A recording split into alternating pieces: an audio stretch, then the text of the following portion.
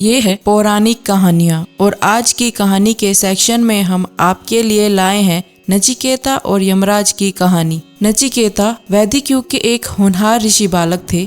इनकी कहानी मूल रूप से कठोपनिषद में है। दूसरे ग्रंथों जैसे तैत्तिरीय ब्राह्मण और महाभारत में भी इस कहानी का जिक्र मिलता है। उन्होंने सांसारिक चीजों का परित्याग किया और यमराज से आत्मा और ब्रह्मा विषय पर ज्ञान लिया। नचिकेता ऋषि वाजश्रवस के बेटे थे। ऋषि वाजश्रवस गौतम गोत्रीय अरुणी ऋषि के बेटे थे, जिन्होंने विश्वजीत यज्ञ किया था। नाराज होकर पिता वाजश्रवस ने बेटे नचिकेता को यम को दान कर दिया। नचिकेता की यह कहानी महाभारत के अनुशासन पर्व में मिलती है। नचिकेता एक बालक था जिसने यम के जरिए सच्चा ज्ञान प्राप्त किया था। अक्सर पौराणिक कथाओं में नचिकेता और यमराज के बीच हुई बातचीत की कहानी सुनाई जाती है। एक बालक जो जिंदा होते हुए भी यमराज तक पहुंचा और उसने जीवन और मौत से जुड़े सीक्रेट्स को जान लिया। किसी प्राणी ने पहली बार यमराज से पूछा था कि डेथ क्यों होती है, डेथ के बाद इंसान का क्या होता है, वो कहाँ जाता है। ये 3 सवाल सबसे पहले एक बच्चे ने यमराज से पूछे थे। ये कहानियाँ कठोपनिषद की है।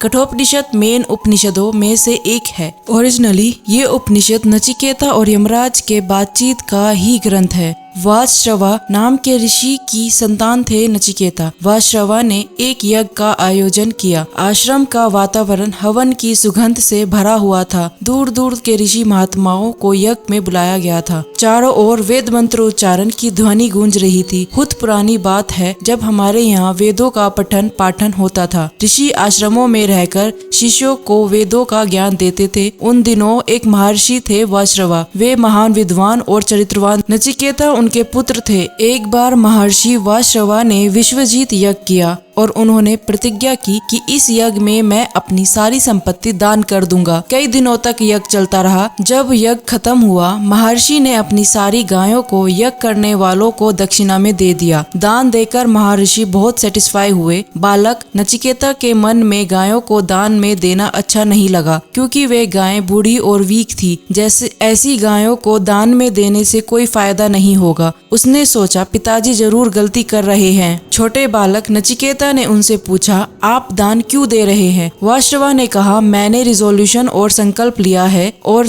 जो भी मेरी चीजें हैं जिन पर मेरा राइट है, सारी चीजों का दान कर दूंगा। नचिकेता ने फिर पूछा, बेटा होने के नाते मुझ पर भी आपका राइट है, मुझे किसको दान करेंगे? वाजश्रवा अपने काम में बिजी थे, उन्होंने ध्यान नहीं दिया। नचिकेता ने फिर वही सवाल रिपीट किया।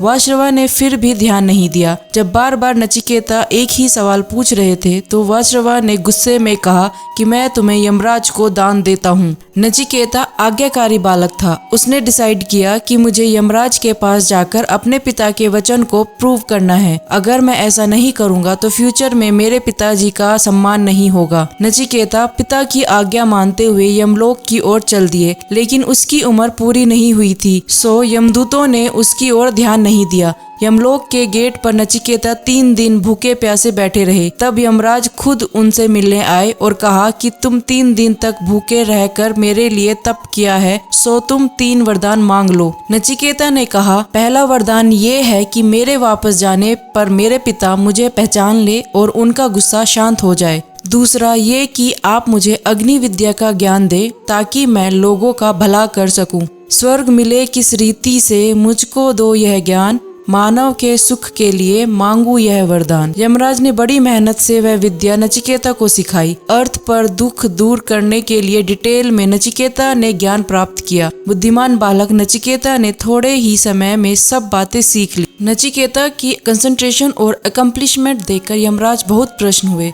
उन्होंने नचिकेता से तीसरा वरदान मांगने को कहा। तीसरा वरदान मांगने के लिए नचिकेता ने कहा, तीसरा वरदान मुझे लाइफ और डेथ से जुड़े सवालों का जवाब दीजिए। इससे जुड़े सीक्रेट्स मुझे बताइए। पहले 2 वरदान तो यमराज ने मान लिए, लेकिन तीसरे के लिए उन्होंने इनकार किया। लेकिन नचिकेता की जिद और लगन के आगे उन्हें हार माननी पड़ी। नचिकेता के सवाल पर यमराज को जवाब देना पड़ा। यमराज ने कहा, किसी की डेथ क्यों होती है उसे समझाना बहुत हार्ड है। ये कर्म फल का रिजल्ट भी है, भाग्य का लेख भी है। जो भी संसार में जीवन पाता है उसका वहाँ रहने का डिसाइडेड फिक्स टाइम होता है। इसके बाद उसे किसी न किसी रूप में संसार को छोड़ना ही पड़ता है। नचिकेता ने पूछा, मृत्यु किन लोगों को दर्द नहीं देती? यमराज ने कहा, जिसने पाप ना किया हो, जो दूसरों को दर्द नहीं देता हो, जो ट्रुथ के रास्ते पर चलता हो, जिसने अपने धर्म और ड्यूटी का पूरा मन से पालन किया हो, उसे डेथ कोई दर्द नहीं देती है। इस तरह नचिकेता ने छोटी उम्र में ही अपनी पितृभक्ति,